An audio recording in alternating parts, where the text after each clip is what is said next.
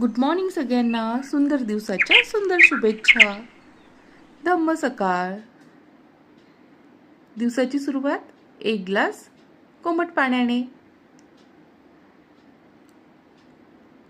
त्यानंतर थोडासा योगा, प्राणायाम आणि मेडिटेशन.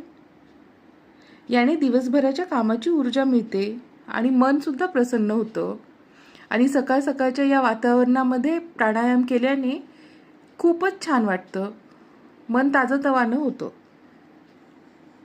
आता करूया कामाला सुरुवात.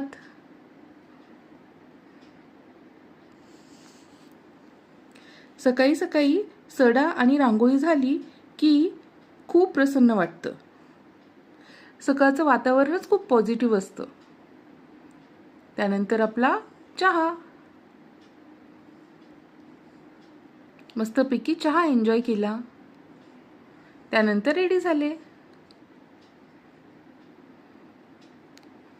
तथागतांना आणि बाबासाहेबांना वंदन केलं.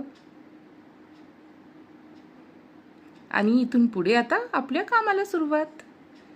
किचनमध्ये आले आणि मी नाश्त्याला बनवला होता आज उपमा. खूप छान झाला होता उपमा. याची डिटेल रेसिपी सुद्धा मी शेअर करणार आहे.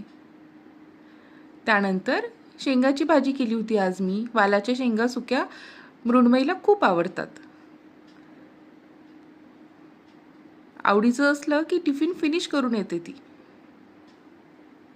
तिचा डबा पॅक केला.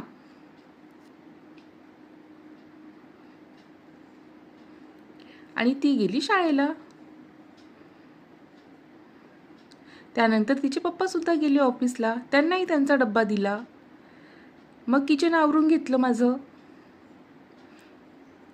त्यानंतर भाजीपाला आणला होता, तो सुद्धा नीट करून फ्रीजमध्ये लावून घेतला.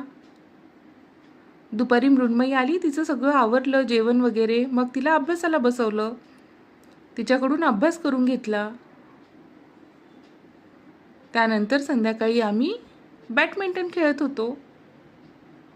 मग संध्याकाळ झाली आणि रात्रीच्या जेवणासाठी मी साधंच बनवलं होतं. तर असा होता माझा आजचा दिवस. Good night. बाय.